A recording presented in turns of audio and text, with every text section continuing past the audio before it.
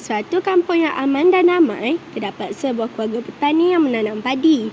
Petani tersebut dikenali sebagai Pak Melon. Pak Melon mempunyai seorang isteri dan 2 orang anak. Anaknya dikenali sebagai Zafran dan Zakwan. Isteri Pak Melon dikenali sebagai Mak Kia. Pak Melon hanya bergantung kepada hasil sawah padinya sahaja untuk menampung keluarga mereka. Kawan-kawan tahu tak pokok sawah melakukan fermentasi alkohol? Apa itu fermentasi alkohol? Mari saya ceritakan sedikit tentang fermentasi alkohol. Fermentasi merupakan satu proses yang dilakukan oleh mikroorganisma.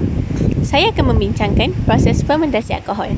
Fermentasi alkohol adalah penguraian glukosa secara tidak lengkap yang menghasilkan etanol, karbon dioksida dan tenaga. Tenaga yang dihasilkan adalah sebanyak 210 kJ. Selain itu, etanol yang terhasil boleh digunakan untuk pembuatan wine dan bir. Pokok padi menjalankan proses fermentasi alkohol kerana tumbuhan di kawasan berair adalah kekurangan oksigen.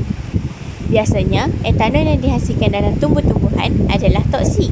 Namun begitu, sel pokok padi dapat menghasilkan enzim alkohol dehydrogenase yang boleh menguraikan molekul etanol menjadi bahan tak toksik. Suatu hari yang tenang, Mak Kia ingin membuat roti kesukaan anaknya.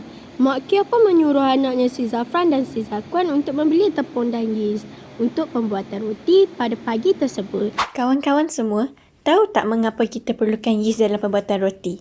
Dengan menggunakan yeast dalam pembuatan roti, karbon dioksida yang terhasil menyebabkan adunan naik. Etanol tersejat semasa pembakaran roti tersebut. Tetapi, si Zakwan tidak mahu mengikut abangnya untuk ke kedai kerana ingin keluar bermain dengan rakannya.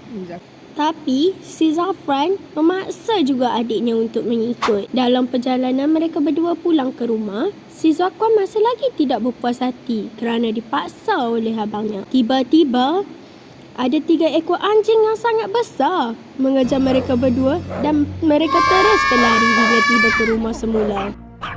Tiba saja di rumah, si Zafran dan si Zakwan mengalami situasi yang dipanggil hutang oksigen. Kawan-kawan tahu tak apa itu hutang oksigen? Fermentasi asid laktik juga boleh berlaku dalam sel otak manusia semasa aktiviti cergas. Apabila semua bekalan oksigen yang ada sudah digunakan, kadar pernafasan dan kedegupan jantung akan meningkat untuk membekalkan lebih banyak bekalan oksigen kepada otak. Namun begitu, ini tidak cukup untuk memenuhi keperluan otak-otak kita. Otak dikatakan mengalami hutang oksigen iaitu kekurangan oksigen. Otak-otak bermula menjalankan respirasi anaerob untuk mendapatkan lebih banyak tenaga. Semasa respirasi anaerob, molekul-molekul glukosa tidak dapat diuraikan dengan sepenuhnya, membentuk asid laktik dan bukannya karbon dioksida dan air. Setiap molekul glukosa diuraikan dan hanya kepada 2 molekul. ATP dihasilkan kerana tidak dioksidakan dengan sepenuhnya dan kebanyakan tenaga masih terperangkap di dalamnya.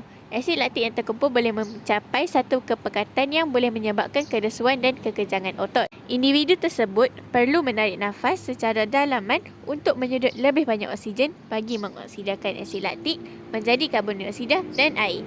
Hutang oksigen dikatakan telah dibayar apabila semua asid laktik telah disingkirkan. Oleh itu, hutang oksigen merupakan jumlah oksigen yang diperlukan untuk mengeluarkan asid laktik dari otot. Kawan-kawan nak tahu tak, respon lari atau lawan merupakan reaksi fisiologi yang berlaku sebagai tindak balas setelah dicerapnya peristiwa bahaya, serangan atau ancaman kepada nyawa. Dalam keadaan yang mengancam nyawa, contohnya seseorang mengejar anda dengan sebilah pisau, hipotalamus anda akan menghantar impuls saraf terus ke medula adrenal. Medula adrenal mengandungi neuron dari sistem saraf simpatetik dalam sistem saraf autonomi.